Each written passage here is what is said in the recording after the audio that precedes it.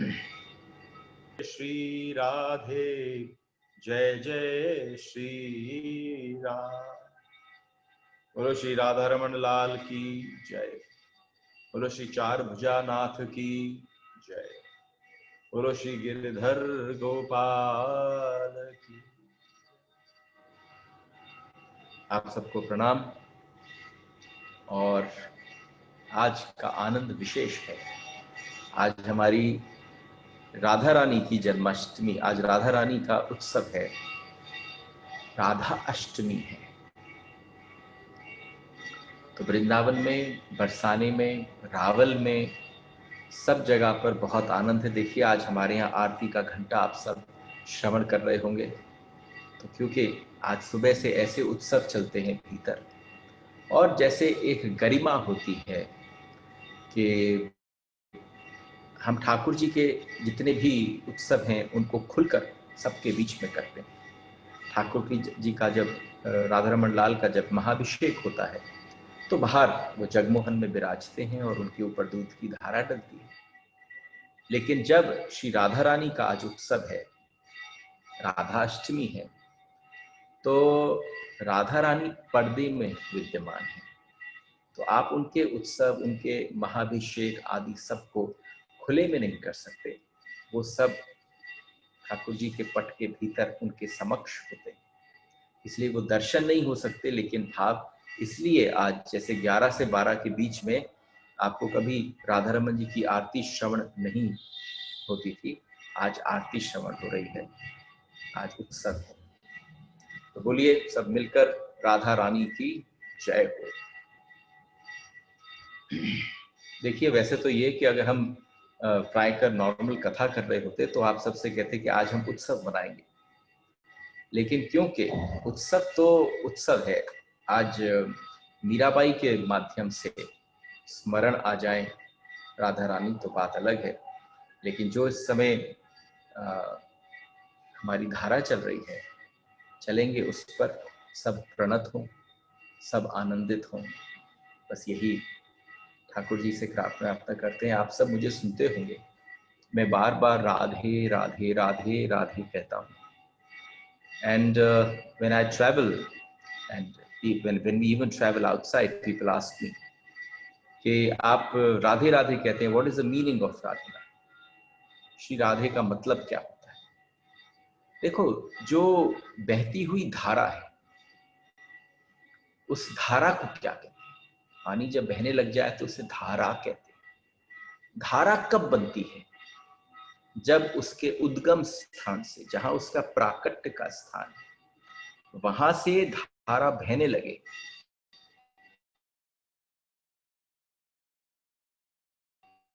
मुख से बाहर निकलती है तो गंगा धारा बन जाती है।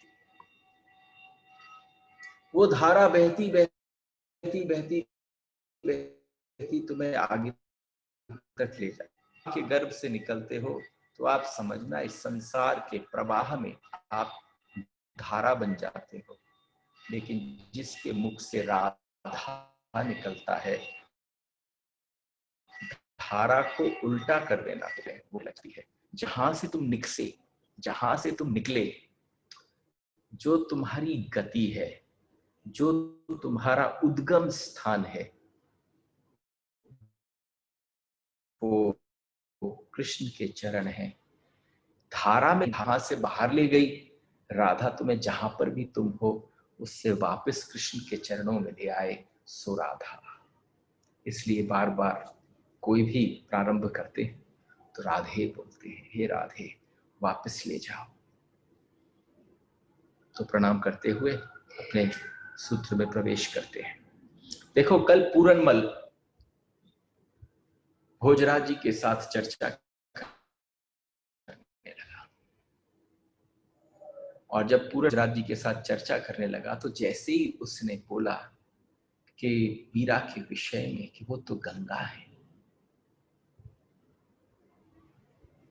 वो गंगा है, वो जहां से बहेगी लोगों को पवित्र पुनीत करती हुई बहेगी। ऐसा लगा जैसे प्यासी धरती पर कोई मेघ बरस गए हो। प्यासी धरती इस समय भोजराज के जीवन में क्या है? प्यासी धरती उनका हृदय है।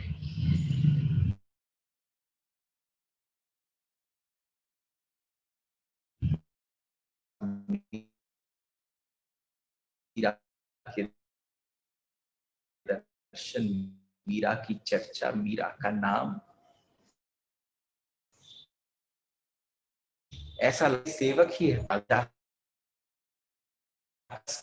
पूरनमल पकड़ लूं। क्योंकि जैसे जो हमारे हृदय में सुनने की उत्सुकता हो, उसको कोई हमारे से बोला तो जैसे प्यासी सारी बातें ऐसी जो हम आपके साथ हल्की फुल्की कल शेयर कर चुके हैं। भाई हम सरदारों से पूछी, हमने और लोगों से पूछी, कोई हमारे घर में महारानी बनकर आने वाली है। थोड़ा सा उन्होंने अपने आप को उससे डिटैच कर बात करी।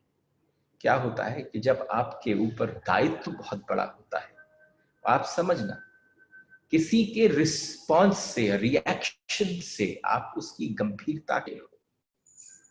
बात हृदय की है, लेकिन जैसे ही हृदय की छोड़ी तो आपने अपने सारे गंभीर को त्याग दिया। तो आप कैसे गंभीर हुए, आप में कैसी मैच्योरिटी हुई। लेकिन जिस समय पर उन्होंने इस बात को छेड़ा, उन्होंने बड़ा गंभीर अपने साथ धारण कर लिया। इतना गंभीर, ऐसे जैसे अनजाने बन गए। अच्छा, और जब अनजाने बने तो ठीक है, अब सब बात हो गई। और उस सब के कहने के पश्चात पूरनमल को लगा कि पता नहीं कैसे 5 साल से इनकी सेवा में हूं, आज तक एक शब्द भी मैंने बेतुका न सुना। अपनी मित्र मंडली के साथ भी बैठते हैं भोजराज जब, तो ऐसी बात करते हैं जैसे किसी को कोई शिक्षा दे रहे हों, किसी को कोई सीख दे रहे हों। अरे आप ये बात समझो, किसी की सगाई की बात हो रही हो, वो भी दिव्याति दिव्य, ऐसी रूपवती, ऐसी गुणों की खान मीरा के साथ, तो कौन का मन होगा जो बेचैन न होगा। लेकिन यहाँ पर भोजराज को पता है कि तू कितनी भी चर्चा कर, वहां मेरी पड़ी नहीं। अरे मैं सर्वस्व हार कर आ गया। जैसे किसी के कोई घाव हो, प्रेम से बड़ा घाव कोई नहीं हो सकता। आज प्रेम का तीर सीधे हृदय में गया, तब तक मुख भी न देखा था, मात्र पतली पतली उंगलियों से उस एक तारा, एक तानपुरे के ऊपर जब एक तार पर वो सिर स्पर्श कर रही थी, उस झनकृत से लगा कि जिसका स्वरूप पीछे से ऐसा होगा, वो सामने से कैसी होगी। जिस समय पर भोजराज ऐसी बात करते, तो यहां पर अन्याय के प्रति जो असहनशील थे, जो सहन नहीं कर सकते किसी के प्रति अन्याय, गुरुजनों के प्रति, धर्म और न्याय के प्रति अत्यधिक सहनशील, और लेकिन राज्य सिंहासन पर बैठ जाए तो अत्याचारियों के लिए अद्भुत रूप से असहनशील। कमाल है, ऐसी अद्भुत विलक्षणता एक ही व्यक्तित्व में कैसे देखने को मिलती। देखो ये तो एक व्यक्ति की विशेषता है। आप समझना, मीरा के लिए अगर सब कुछ भगवान ने चुना होगा तो भोजराज को भी उन्होंने चुना। और सबसे बड़ी बात है कि कौन से मन में बैठकर परमात्मा ने अपने सम्मुख सामने बैठकर, जैसे कि कोई जज बैठा हो, उसने सामने से व्यवस्था कर दी कि आपको वरों की क्या कमी होगी, और कौन से वर होंगे जो कतारबद्ध होकर आपसे ब्याह न करना चाहेंगे, लेकिन मैं तैयार हूं, आप अपने परिवारजन की बात को मान लो। रह रहकर तुम कोई निर्णय ले आओ, तुम कहीं पहुंच जाओ, तुम कोई ऐसा निर्णय लो जिससे तुम्हारा हृदय गुदगुदा जाए, तुम कोई ऐसा निर्णय लो जिससे कि तुम्हें लगे तुम हल्के हो गए हो। उस समय पर जो निर्णय लिया जाता है, वो निर्णय आपको कितना भीतर से, बाहर आप कितने भी शांत दिखते हो, और भीतर आपकी व्याकुलता बढ़ा देता है। और दूसरे दिन अब रहने की इच्छा नहीं है उनकी मेड़ता में। दूसरे दिन बीरब देव जी से उन्होंने आज्ञा मानी, चलने के लिए विदा मांगी। यह बात सुनकर भतीजे के मलिन मुख को देखकर गिरजा जी ने पूछा, क्यों रणांगन में भी आपको घर याद आता है क्या? अरे यहाँ आपकी बातचीत चल रही है संबंध आदियों की, जब आप रण में पहुंचते हो तो भी आपको घर याद आता है। बुआ बड़े प्यार से अपने भतीजे से पूछ बैठी तो भोजराज ने कहा, वैकुंठ भी पहुंच जाओ तो भी चित्तौड़ स्मरण आएगा। वैकुंठ भी पहुंच जाओ तो चित्तौड़ हमेशा आएगा। और बाई हुक्म, माँ विवाह के बाद भी बाई हुक्म इतनी ही याद रहेंगी? बुआ जी ने पूछ लिया कि आपको विवाह होने के पश्चात भी क्या माँ के प्रति इतना आपका स्नेह, इतना आपका लगाव रहेगा? बुआ के सम्मान में उन्होंने केवल मस्तक नवा दिया, पर विवाह की बात सुनते ही अश्रुसिक्त आनंदित आश्रुओं से लेकर उद्भासित होते। यद्यपि वीरमदेव की सभी पत्नियां भोजराज को बिल्कुल अपने भतीजे तुल्य मानती थी, सब वैसा ही सम्मान करती, सब दुलार करती, सब लाड़ करती, उन सभी का सम्मान करते, पर यहाँ अब मेरता में उनका मन न लगता। मेरता से चित्तौड़ चले आने पर चित्तौड़ में भी मन की अवस्था नहीं। भाई आप स्थान बदल सकते हैं लेकिन मन नहीं बदल सकते। आप एक बात समझना कि कभी किसी को अगर भक्ति ने स्पर्श कर दिया, उसके बाद तुम शास्त्र में पढ़कर चर्चा सुन सकते हो, तुम्हारे बाद सामने बहुत सारी खबरें आ सकती हैं, लेकिन जिस समय उसके बाद तुम कहां रहो, जिस व्यक्ति की भक्ति नहीं पकी वो कहेगा धाम चलूं, जिसकी भक्ति पक गई धाम उसके घर आ गया। धाम जाना तो रिचार्ज करने जैसा हो गया। बहुत सारे लोग सोचते हैं वृंदावन आके बस जाओ, और मैं सबसे कहता हूं ना, वृंदावन को बसा दो। काहे घर छोड़ना? किसने छोड़ा? जिसने छोड़ा उसको पता नहीं था। मजा इस बात का है कि तुमने ऐसा आनंद किया कि उसको अपने दरवाजे तक बुला जाए। उसके दरवाजे पर तो सब पहुंचते हैं। मजा इस बात का है कि वो उतरने को तत्पर हो जाए। यानी दर दर भटक सकता है, लेकिन भक्त भटकता नहीं है, भटकता हुआ गोविंद उसके द्वार पर पहुंच जाता है। ये अंतर है। और जिस समय वो एकांत में बैठे तो आज भी उनका मन, उनकी आत्मा, उनका हृदय केवल श्याम कुंज की उस स्थान पर ऐसा लगा जैसे इस पूरे ब्रह्मांड में सबसे सुंदर स्थान अगर भोजराज ने कोई देखा तो वो श्याम कुंज थी। और श्याम कुंज पे वो कहां रुक गए भाई, कहां पर अटक गए?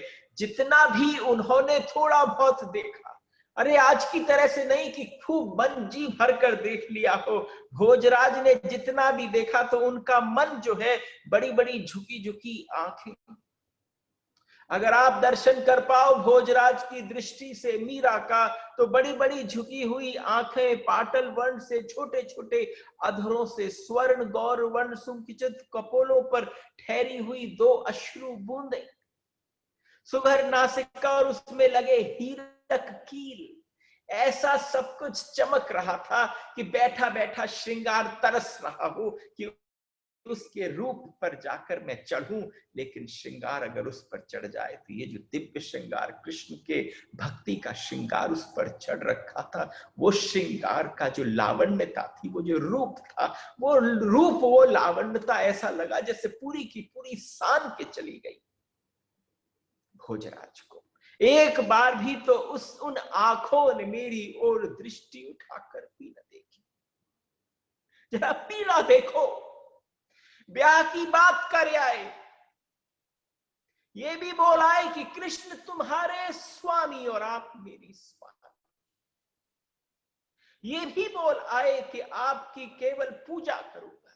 इतना हो जाए जैसे किसी विग्रह को घर में रखकर आप विग्रह से कहते हो मेरे चक्षुओं में इतना संबल प्रदान करना कि मैं आपके दर्शन कर सकूं। इस प्रकार से भोजराज ने कह दिया, अरे उन दृष्टि ने, उन आंखों ने जिनको मैं तरस गया उतने क्षण को देखने के लिए, उन्होंने उठाकर भी न देखा, पर पड़ी क्या है? अरे वो जब दृष्टि इस जगत के नियंता को देखने का सामर्थ्य रखती है, उनसे आंख लड़ाने का सामर्थ्य रखती है, तो भोजराज को क्यों देखे? ये हृदय की पीड़ा है। आज जो भी कुछ हुआ सब कुछ खो गया। आज भोजराज ने क्या किया? भोजराज गए, बिल्कुल जाकर अपने आप को पुष्पों की भांति उनके चरणों में अपने आप को चढ़ाकर आ गए। ऐसा भाव भोजराज लेकर वापस चित्तौड़ आए। लोगों ने देखा कि भोजराज बहुत बदल गए हैं, बहुत एकांत उनको अच्छा लगने लगा है। पता चला कि जब वो वापस जाएंगे तो उनके साथ मेड़ता की पुरोहितानी आदि सब जाएंगे, श्री जी के पास जाकर इस विवाह के प्रस्ताव को रखेंगे। तो यहाँ पर आज पता चला, यहाँ पहुंच गए चित्तौड़। चित्तौड़ से पुरोहितानी जी आने लगी, मीरा की दिखरावनी हो रही है। ये देखो राजपूती, हमारी जो भारतीय, हमारी जो सनातन संस्कृति की जो सुंदरता है, आप यहाँ जितने बैठे सुन रहे हैं सब भक्त परिवारों से। और आप समझना, अगर ये दृश्य आपको दिख पाए कि मीरा की दिखरावनी हुई, मेड़ता से गए पुरोहित जी के साथ चित्तौड़, राज पुरोहित और उनकी पत्नी मीरा को देखने के लिए आए। राजमहल में उनका अद्भुत आतिथ्य सत्कार किया गया, खूब आनंद से चल रहा था। चारों ओर चैतन्य सा सजगता दृष्टिगोचर हो रही थी। मीरा को जैसे सब देखने के लिए, मीरा को सब पता हो, ऐसी चरणों में लगी कि वहां पर क्या घट रहा है उसे पता भी नहीं, और ये सब देखकर कोई रुचि भी नहीं। बस वो तो अपना तानपुरा लेकर भगवान से बात करने में लग गई। अरे तुम दुनिया से बात करे, मिला क्या? एक बार उसकी भांति बात करके तो देखो। हम सब कुछ करते हैं, बात नहीं हो पाती, हमारा संवाद नहीं हो पाता। और जब वहां बात हुई तो मां उसी थोड़ी देर में देखा झाली जी आ गई, श्याम कुंज में आकर उसके पास बोली, देख बेटी, तेरे सामने हाथ जोड़ती हूं। पूरे मेड़ता के राठौड़ों का जितना भी मान है वो आज तेरे सामने तेरी मां हाथ जोड़कर कहती है, ये भूषण, ये वस्त्र हैं बेटी, इनको एक बार धारण कर ले। चित्तौड़ से पुरोहितानी जी आई है, वो तुझे देखने को आई। ये चित्तौड़ से जो पुरोहितानी जी आई हैं, अभी अभी अभी कुछ समय पश्चात यहाँ आ जाएंगी। और सबसे बड़ी बात है, बड़ी भाग्यशाली है बेटी, तेरा जैसा भाग्य और किसी का नहीं। तू ये देख, तुझे साक्षात कौन मिला है? तुझे साक्षात जहां पर हिंदुआसुर के सबसे बड़ा जो चित्तौड़गढ़ है, मेवाड़ के शासक, मेवाड़ के राजा के महाराज कुंवर का रिश्ता आया है।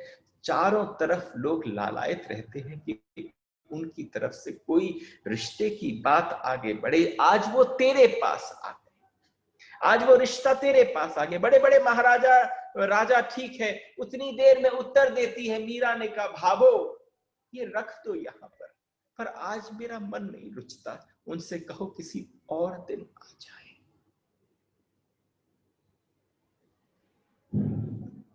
आप नाटक नहीं कर सकते। परमात्मा के साथ अगर आपका संबंध है तो है, उसके साथ अभिनय नहीं चल सकता। क्योंकि अभिनय आप जगत में रह सकते हो, सबके साथ संबंध निभा सकते हो, अभिनय चल सकता है, लेकिन एक वही है जिसके साथ अभिनय नहीं चल सकता। क्योंकि उसका हल्का सा भी स्पर्श होगा, अभिनय गिर जाएगा, तुम साक्षात स्वरूप प्रकट हो जाएगा। तुम्हारा आकर्षण यहाँ पृथ्वी पे रहते, संसार में रहते, सांसारिक वस्तु और व्यक्तियों से हो जाएगा, लेकिन जिस समय संसार में रहते उससे संबंध हो जाएगा तो ये संसार उसी समय गिर जाएगा।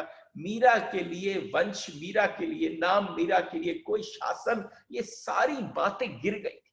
बड़े बड़े राजाओं महाराजाओं की कन्या की बात गिर गई थी, कितनी भी मां ने कही, लेकिन वो कुछ बोल ना पाई और एक तारा उठाकर पुनः बैठ गई।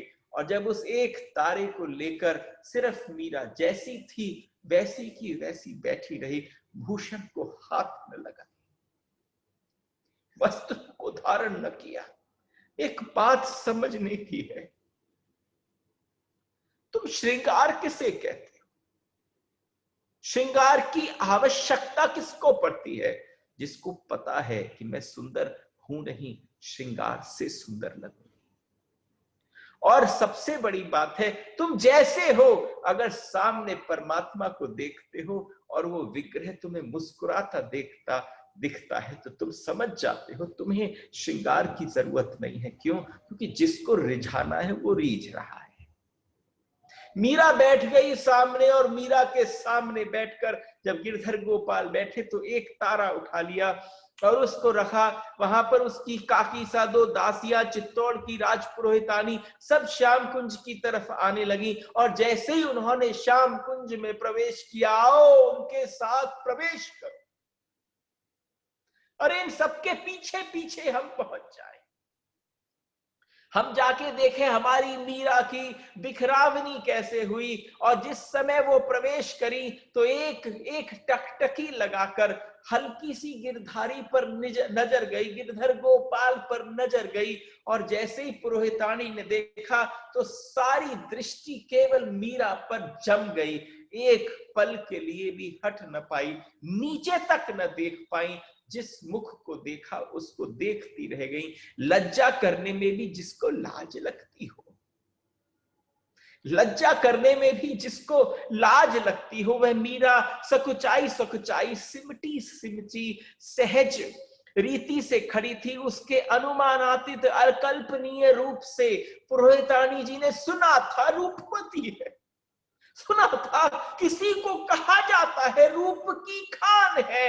लेकिन पुरोहितानी जी ने जितनी भी बड़ी हो गई, अपने पूरे उस आयु के प्रभाव में कभी कोई इतना रूप नहीं देखा। उस समय एकदम टकटकी लगाकर देखती रही, जादू सी विमोहित विलोकित पुजपुराजी से पुरोहितानी जी ने सामने खड़ी होकर उनको प्रणाम उत्तर आशीर्वाद स्तब्ध रूप से जैसे देते ही न बना। उसने एक बार झुकी मीरा, उस झुककर उत्तर भी न देते बना, क्योंकि पुरोहितानी का अंदर से मन कराया, इनके आज रूप को लगता है मैं ही नतमस्तक हो जाऊं।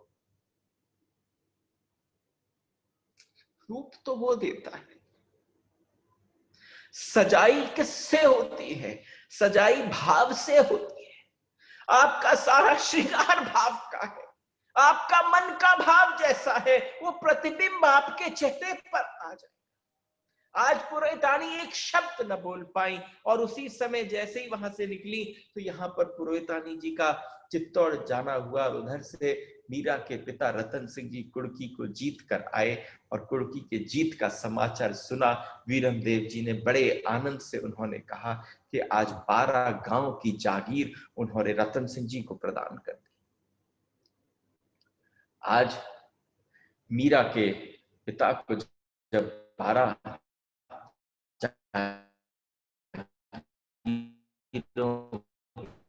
हुई तो शाम को छोटी सी को झारी जी ने बेटी को समझाने का बहुत प्रयत्न किया।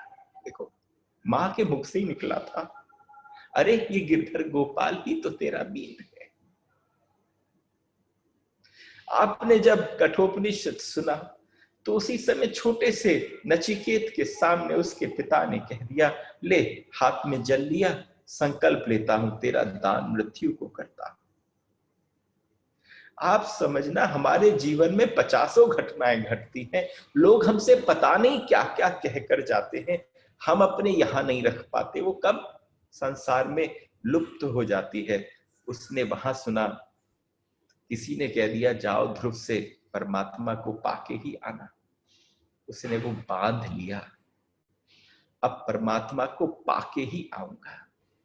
मीरा से केवल क्या कह दिया, आज स्मरण कर रही हैं झाली जी और मीरा के समक्ष बैठी हैं, अरे मैंने विनोद में कह दिया था, तू इतनी छटपटा रही थी, तू इतनी धरती पर लौट रही थी, तेरे को गोदी में उठाए तो तेरी कमर टेढ़ी हो गई थी, जैसे तू क्या पूछना चाहती थी। मैंने विनोद में कह दिया था कि ये गिरधर गोपाल ही तेरे पति। तो मीरा ने उसी समय कहा, मां आपने बहुत बड़ी बात कह दी, आपने इतनी आनंददायक बात कह दी कि वास्तव में मुझे पता चला कि सच में ही वो मेरे पति हैं। लगता है मानो क्षितिज फटकर धरा पर एक हो गया हो। अरे देख तो सही, कुछ अपने जीवन की सोच। तूने अपने आप को इस छोटी सी अवस्था में बैरागिन बना लिया है। मैं किसके आगे जाकर झोली पसारूं, किससे जाके कहूं कि मेरी बेटी मुझे लौटा दो। अरे तुम्हें तो भाग्यशाली होना चाहिए। तुम क्या चाहती हो? तुम तो हमेशा चाहती हो। अब रोती क्यों हो, दुखी क्यों हो? हे माँ, तुम क्या चाहती हो ये बताओ। तुम नहीं चाहती कि हर कन्या को अविनाशी पति मिले, उसको ऐसा पति मिले उसका सौभाग्य अखंड हो। अरे मुझे साक्षात जो मिला है वो अविनाशी है। अरे तुम्हें तो प्रसन्न होना चाहिए, मेरा सुहाग कभी न उजड़ेगा। लेकिन झाली जी उस समय पर कुछ न कह पाई, उनको समझ में भी ना आया। आपकी बेटी जितनी भाग्यशाली है उतनी और कौन है। आप दुख को छोड़कर महल में पधारो पिताजी, आज ही लौटे हैं। आज जब आए हैं तो देखो ना कितनी अद्भुत तैयारियां चल रही हैं। आज सारी दासियां भी जो हैं वो सब उस तैयारी में लगी पड़ी है। देखो उस समय हमने आपसे एक बात कही थी, जब ब्याह होता था उस समय राजकन्याओं का, तो उनके साथ पूरा दास दासियों का एक पूरा वैभव चलता था। उस समय पर सारी दास दासियों को शिक्षा दी जाती थी।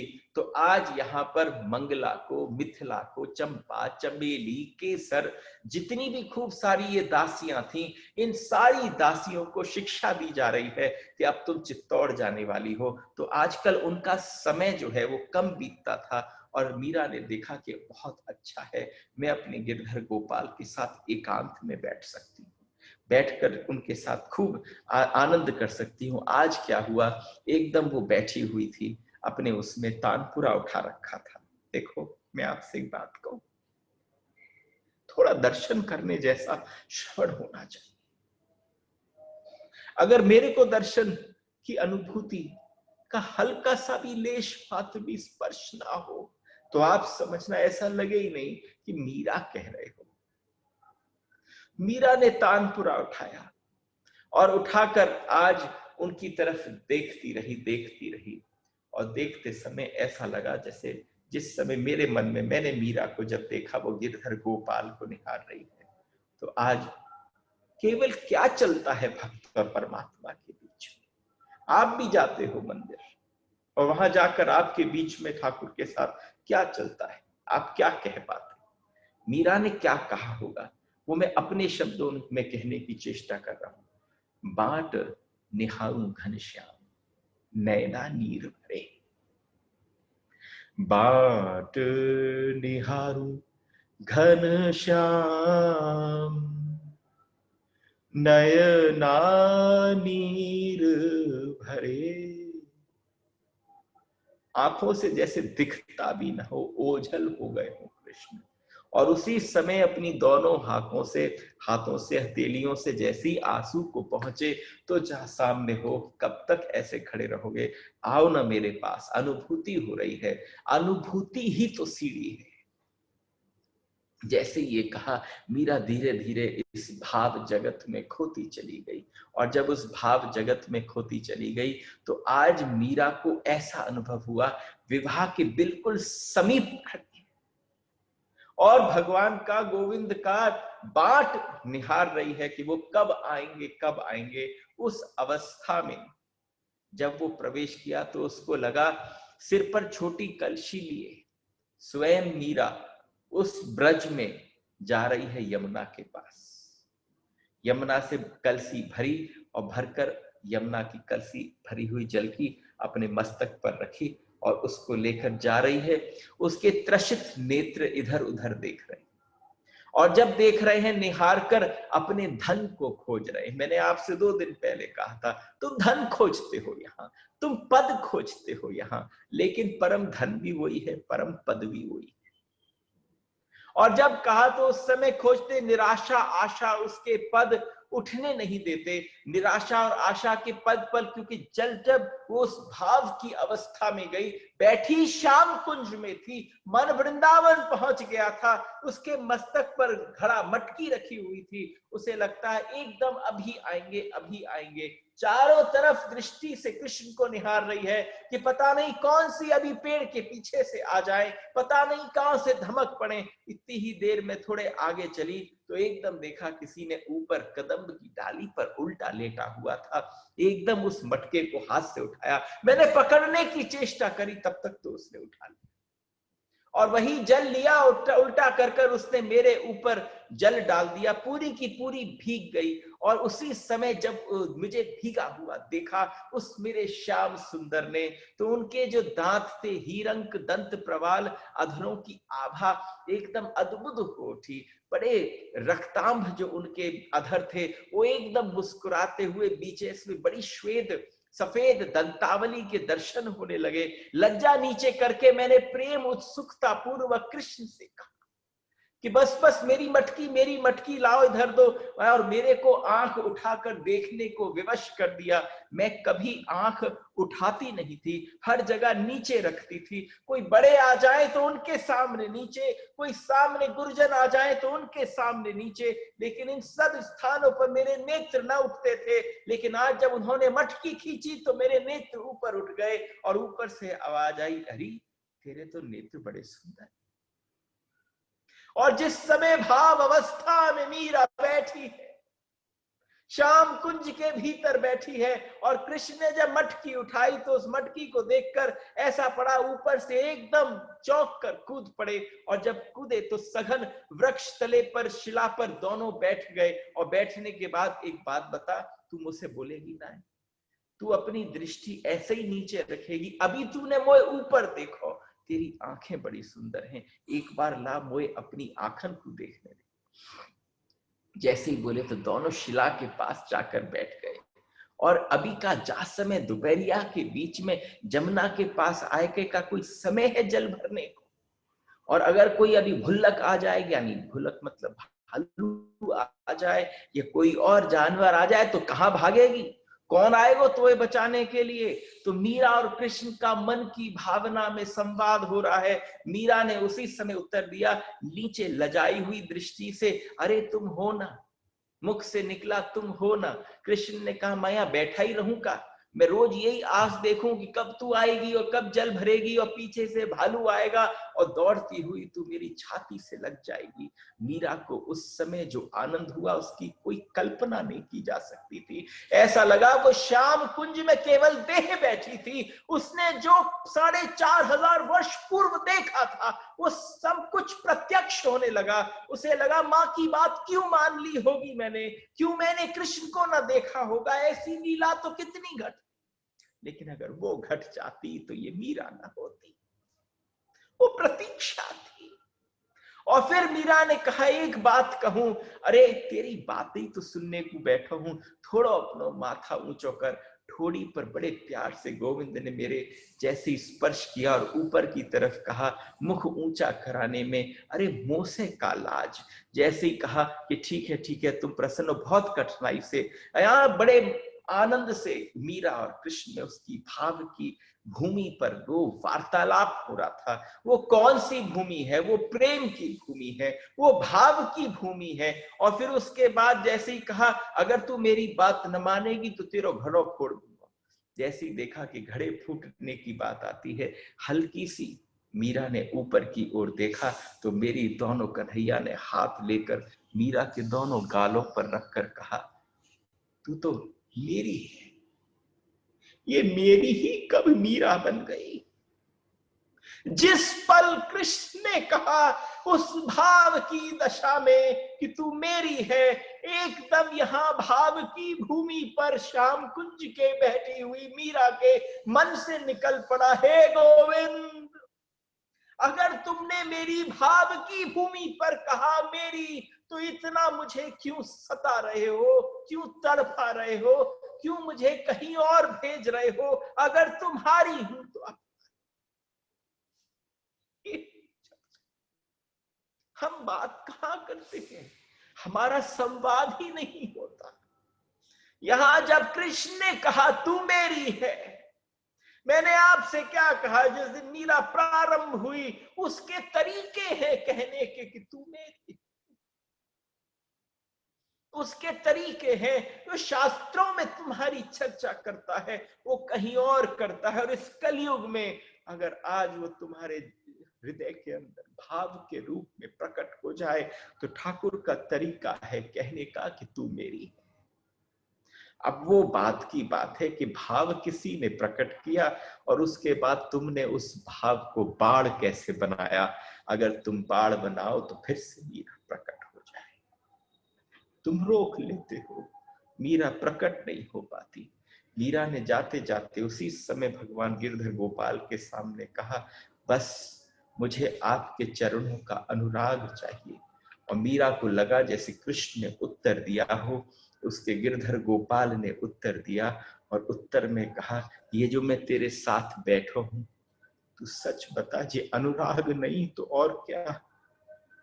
आप समझो हम इस कलयुग में हैं, आज इस कलयुग में बैठकर अगर कृष्ण को तुम कहो कि मुझे कोई बड़े प्रेम से अनुराग दे दो, तो मैं सोचता हूं कि अगर तुम्हारे भी हृदय में कहीं पसीज पैदा होती, कहीं टीस पैदा होती है, तो वो टीस उसका अनुराग है। वो टीस जो है, वो तड़फ जो है, वो फड़फड़ाना जो है, जो सुरसुराहट है, जो मिलने की पागलपन है, अगर तुम इस पल इस क्षण अपने आपे में न रहो और तुम भी अपनी उस दुनिया में पहुंच जाओ जहां भाव से कृष्ण से संवाद हो, तो वो अनुराग। मीरा केवल यही कहती है और कुछ नहीं कहती। और उस समय पर मीरा को लगा जैसे किसी ने वापस की उसकी ले अपनी कलसी, पर अगली बार से जब तो से कहूं कि ले मोए अपनी आंखें दिखा, तो इतनी पास से कन्हैया मेरी आंखें क्यों देखते हो। तो उन्होंने कहा, तेरी आंखों में गिरधर, मैं गिरधर तेरी आंखों में अपने को देखता। मसाई इस बात का है कि सामीप्यता इतनी बढ़ जाए कि गिरधर अपने आप को तुम्हारी आंखों में देखे। उसके बाद की बात है कि चित्तौड़ से गिरजा जी के पुत्र के जन्म का समाचार आया। वीरमदेव जी की पुत्री चित्तौड़ी रानी, जिसको गिरजा जी के नाम से, राणावत के नाम से जाना जाता, उनके पुत्र हुआ। और उनके जैसे ही पुत्र हुआ तो ये सब घटनाएं के बाद एक हो रही हैं। गिरजा जी चित्तौड़ में जाके बैठ गई, वहां सारी ब्याह की योजना उन्होंने तैयार कर दी। फिर उनके पुत्र हुआ, जब उनके पुत्र हुआ तो यहाँ से वीरमदेव आदि सब लोग गए। शिशु के जन्म के पश्चात देखो, राज परिवारों में आपस में जब बताया जाता था नाना के वंश से दादा के वंश को कि आपके यहाँ पर शिशु हुआ है, आपके यहाँ पर कुंवरसा का जन्म हुआ है, तो उसका सूचना कैसे आती थी? उसकी सूचना आती थी कि शिशु के कुमकुम रंजित चिन्ह को, पद चिन्हों को अंकित श्वेत रेशम वस्त्र से लेकर राज खवास जो नाई होते थे, सवारों के साथ लेकर बड़े सुंदर थालों में सजाकर, बड़े सुंदर पुष्पावली में अर्पण कर कर लेकर पहुंचते थे। और जब वो मेड़ता पहुंचा तो पता चला ये आप ही के शिशु के प्रथम चरण चिन्ह है, कुमकुम रंजित चिन्ह है। अरे पूरी मेड़ता की नगरी में ऐसा लगा शिशु तो बाद में आएगा, शिशु का आगमन पहले हो गया। पूरी मेड़ता में वीरमदेव जी को भी आनंद हुआ। महाराणा सांगा ने जैसे ही अपने भांजे को पहली बार गोद में लिया तो उसके लिए 50,000 रुपया की व्यवस्था कर दी कि हर वर्ष उसको 50,000 रुपए की आमदनी होती रहे। ये उन्होंने साक्षात अपनी गोदी में अपने भांजे को लेकर कहा।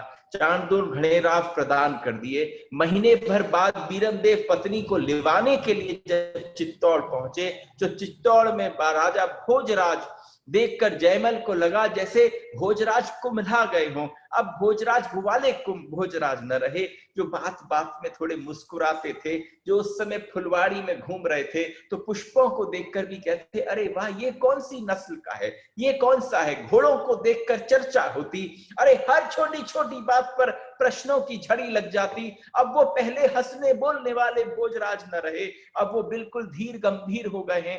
एकांत में आकाश की ओर बैठकर देखते हैं और ऐसा लगता है जैसे जिसकी वो पूजा करना चाहते हैं उसकी प्रतीक्षा चित्तौड़ में कर रहे हैं। उस अवस्था को देखकर यहाँ पर उनकी दृष्टि उत्साहित करने के लिए यहाँ जयमल बैठ गया और मीरा की बचपन की छोटी छोटी बातों को कहने लगा। जैसे ही मीरा की चर्चा प्रारंभ करी जयमल ने, जैसे आंखों में एकदम तेजी आ गई हो, कान जो बिल्कुल शुष्क पड़े थे एकदम जैसे प्रकट हो गए कि उनके सामने कोई चर्चा प्रारंभ कर रहा है। थोड़ी देर बाद यद्यपि मन के घावों में वे पूर्ण शक्ति और सावधानी से गुप्त रखते थे, जो अंदर की पीड़ा थी उसे भोजराज अंदर रखते, लेकिन उनकी आंखें चुगली खा जाती, उनकी आंखें बता देती कि मीरा की चर्चा उन्हें आनंद प्रदान। इस प्रकार का चलता रहा। यहाँ जवाई साड़ू साड़ू बहने बहने सब आपस में मिली और सब ने मिलकर जिस मजे से उस दौरान अपने छोटे से कुंवर शाह के जन्म पर खूब मौज हुआ, अमोद प्रमोद होता रहा, खूब चित्तौड़ में भागम भाग मचती रही। चारों तरफ जितने भी दास दाती थे, किसी को सोने का समय तक न मिलता था, सब जगह पर ऐसा लगा भाग दौड़ हो गई। आज गिरजा जी बैठी हैं, साक्षात सामने महाराणा बैठे, गिरजा जी के भाई बैठे हैं जिनके पुत्र हैं भोजराज। जरा श्रवण करना, बहन कितनी चतुर थी। गिरजा जी ने अपने भाई से कहा कि भाई बस अब तैयारियां बिल्कुल निकट हैं, मैं जैसे मेड़ता पहुंचूंगी, मेड़ता पहुंचकर अपने इस भतीजे के ब्याह की तैयारी प्रारंभ कर दूंगी। पर एक बात आपसे कहनी थी, ये न करना कि आपकी बहन ने आपसे कुछ छिपाया। नहीं नहीं, बताओ। आज यहाँ पर सारी भाभी भौजाई सब बैठी थी, हम सब के सामने जैसे स्वयं गिरजा जी साक्षात उन सब से विनय कर रही हूँ। मैं आप सबसे एक बात कहना चाहती हूँ, छुपाना नहीं चाहती। उसने कहा वैसे तो मेरी मीरा जो है वो गुणों की खान है, रूप की खान है, जितनी उसकी प्रशंसा करूं उतनी कम है, पर भगवान की बहुत बड़ी भक्त है। देखो, सारे संबंध सत्यता के आधार पर होते हैं। आज मुझे अनुभव ऐसा होता है कि गिरजा जी के भीतर भी कृष्ण होंगे या मीरा बैठ गई होगी कि मेरा पूरा परिचय दे दो। ये शरीर तो आ ही रहा है ना मेड़ता से चित्तौड़ की तरफ, तो ऐसा ना हो जाए कि कोई चीज बिना बताए रह जाए। तो आज गिरजा जी ने सोच लिया कि एक बार बता दूं। उन्होंने कहा अपने भगवान के सामने उसे कुछ नहीं सूझता, अपने भगवान के आगे उसको कुछ नहीं सूझता, अरे कुछ दिखता ही नहीं। अपने भगवान को ही वो पति मानती है, सब गुण हैं पर भक्ति सबसे प्रधान मानती है। उसके गुण भी भगवान के लिए ही है, सारे गुण उसके जितने उसमें आए हैं उसका रूप भी भगवान के लिए है। ऐसा लगता है जैसे वो रूप केवल भगवान के सामने जाके बैठती हो तो भगवान निहारते हैं। ऐसा मैंने देखा है भाभी सा। गिरजा ने अपनी भाभी सा को संबोधन किया और जैसे वे कवित्री है, जैसे वो गुणों का गान करती है, ये सब कृपा है। ऐसा उसका कंठ है कि सुनकर लगे कि कोकिल और कोयल सब फीकी पड़ गई, लेकिन इन सब के बाद भी भगवान में ही भजन में रमी रहती है। उसके बाद कोई विवाद न उठे, इसलिए अपने समक्ष परिवार के सामने मैं एक विनय कर रही हूं कि मैं मीरा के विषय में सबको बता देना चाहती थी। जब ये बात महाराणा ने सुनी, सुन, जब ये बात महाराणा ने सुनी, अरे उस समय पर क्या देश की अवस्था थी, किस किस के भीतर कृष्ण बैठ गए थे। महाराणा ने जब ये बात सुनी तो उन्होंने कहा अरे भक्ति है कहां, ये किसी भाग्यवान को मिलती है। अरे मेरे चित्तौड़ में साक्षात भक्ति आने वाली है। महाराणा ने कह दिया कि मुझे लगता है कि साक्षात भक्ति ही मेरे चित्तौड़ में आ रही है और चिंता की बात नहीं है, हमारे तो दोनों हाथों में लड्डू। मीरा के आगमन से पहले उन्होंने कहा हमारे तो दोनों हाथों में लड्डू है, इसलिए यदि वह संसारी है तो हमें बड़ी रूपवती बड़ी सुंदर बहू मिली, और अगर वो भक्त है तो पूरे चित्तौड़ को तार देगी। हमने सुना है कि वो गंगा की तरह से पवित्र है, इससे बड़ी बात क्या है कि गंगा जहां से बहती है, आज मेड़ता से चित्तौड़ की तरफ गंगा आने वाली है। अरे तैयारी करो। चारों तरफ बिगुल बज गए। महाराणा ने बोल दिया ऐसा आगमन किसी का करा कौन सकता है, उस जैसा आगमन केवल कृष्ण करा सकते हैं। कृष्ण बैठ गए होंगे महाराणा की जीवा के ऊपर, और उसके बाद जब वहां कहा तो चारों तरफ वाह वाह निकल गई। विवाह की तैयारी में मीरा को पीठी हल्दी चढ़ी, और जब मीरा को पीठी हल्दी चढ़ी तो मीरा ने भी अपनी सारी सखियों से चंपा चमेली केसर मिथिला मंगला सबसे कहकर आज अपने गिरधर गोपाल को भी पीठी पर बैठाया। अब इधर तो मीरा की हल्दी चढ़ रही है, और उधर श्याम कुंज में ठाकुर की हल्दी चढ़ रही। जो विवाह के रस्म तैयार हुए, अरे भक्ति करते हो, हम भक्ति करते कहाँ है? हमारा सारा कर्म भक्ति नहीं है, केवल भक्ति का कर्म है। हमारी जितना हमारा संबंध हुआ परिचय हुआ वो रिलीजियस एक्टिविटी है, वो रिलीजियस एटीट्यूड नहीं है। यहां पर मीरा को जब तुम श्रवण करते हो तो वो मीरा के लिए एक्टिविटी नहीं है, वो मीरा का attitude. This is what is required. ये तभी मजा आएगा श्रवण करने का। मैंने तो आपसे कहा अभी तो मीरा शुरू ही कहां हुई, मीरा तो वास्तविक शुरुआत अब से होगी। कल से पता चलेगा कि मीरा के साथ अभी तो मीरा की बारी थी, अब कृष्ण की बारी है। बात पूरी कब हो? मैं हाथ बढ़ा दूं और तुम हाथ न बढ़ाओ तो अधूरा हो गया ना मिलन। तो आज जब उसकी पीठी चढ़ी हल्दी चढ़ी तैयारी हुई, तो उस तैयारी के साथ साथ मीरा ने कृष्ण की तैयारी भी प्रारंभ कर दी। और जब कृष्ण की तैयारी हुई मेड़ते में हर्ष उत्साह समाता न था, और मीरा तो जैसी थी वैसी ही रही जैसे और ब्याहों में होता था। नेग चारों के लिए बुलाना पड़ता। हो गई हल्दी वापस पहुंच गई। श्याम सुंदर से जाकर कहा अरे बड़े सुंदर लग रहे हो, तुम्हारी तो हल्दी बड़ी जोरदार चढ़ी है, तुम्हारी को क्यों ना हो। अरे मैं जो तुम्हें प्राप्त हुई, जहां गिरधर गोपाल के साथ संवाद प्रारंभ हुआ तो उधर सारी तैयारी हो रही थी संसार के ब्याह की, यहाँ हो रही थी आत्मा के ब्याह की। वहां तो शरीर के मिलने का ब्याह हो रहा है, यहाँ श्याम कुंज में मीरा और गिरधारी के मिलने का ब्याह हो रहा है। जितने टोटके जितने आदि नेग नियम जितने सब कुछ होने थे वो सब होने के लिए यहाँ सारी तरफ चर्चा चलती रही। धीरे धीरे अरे भाई कराओ गिरधर लाल के बागे मुकुट, जहां सारी तैयारियों से वापस बैठती तो अपने गिरधर गोपाल के लिए बड़ी सुंदर सुंदर पोशाकें बोल देती अपने पिता रतन सिंह जी से, इसकी व्यवस्था कर दो उसकी व्यवस्था कर दो, वो मंगा दो, ये मेरे लिए सामग्री ले आओ। ऐसा लगा जैसे अपने दूल्हे को सजाने की सारी तैयारी मीरा स्वयं कर रही। और फिर उसके बाद अथवा कक्ष द्वार बंद कर कर तो सारा पूरा मेड़ता हंसी हिलोरे ले रहा था। चारों तरफ एक दूसरे की खींचतान में लगा था। वो शाम कुंज में पड़ी हुई गिरधर के चरणों में अश्रु बहाकर उनका अभिषेक कर रही थी। आप समझना घटना कब घटती है, जब दो जनों का आपस में मिलन। एक जने को तुम गले लगाओ और दूसरा जना सीधा खड़ा रह जाए तो गला मिलना क्या हुआ?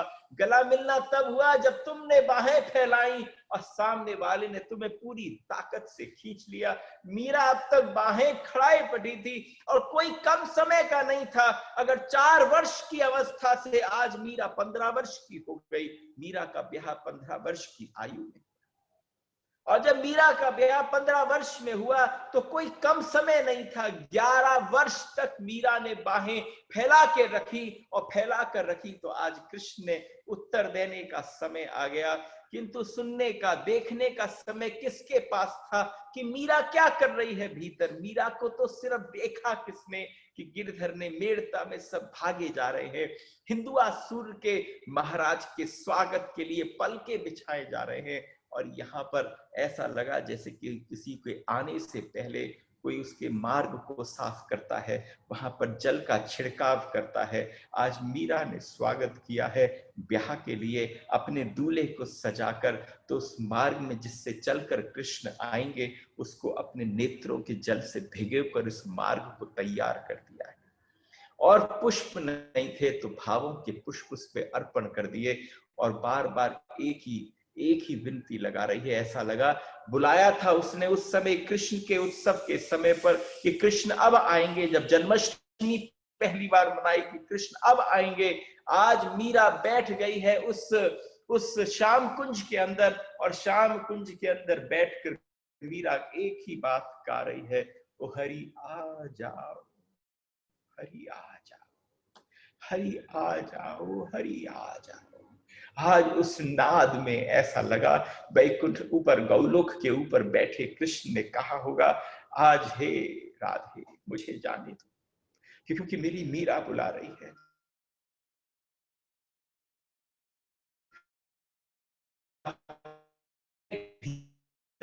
रख रखा है, बिल्कुल ब्याह इच्छा कर चुकी है। अब मैं एकदम पहुंच जाऊं, सारी तैयारी करनी है। कृष्ण आते आते उसके ब्याह की तैयारी कर रहे हैं। यहां पर उसने तैयारी करी और कल आपको श्रवण कराएंगे कृष्ण ने क्या तैयारी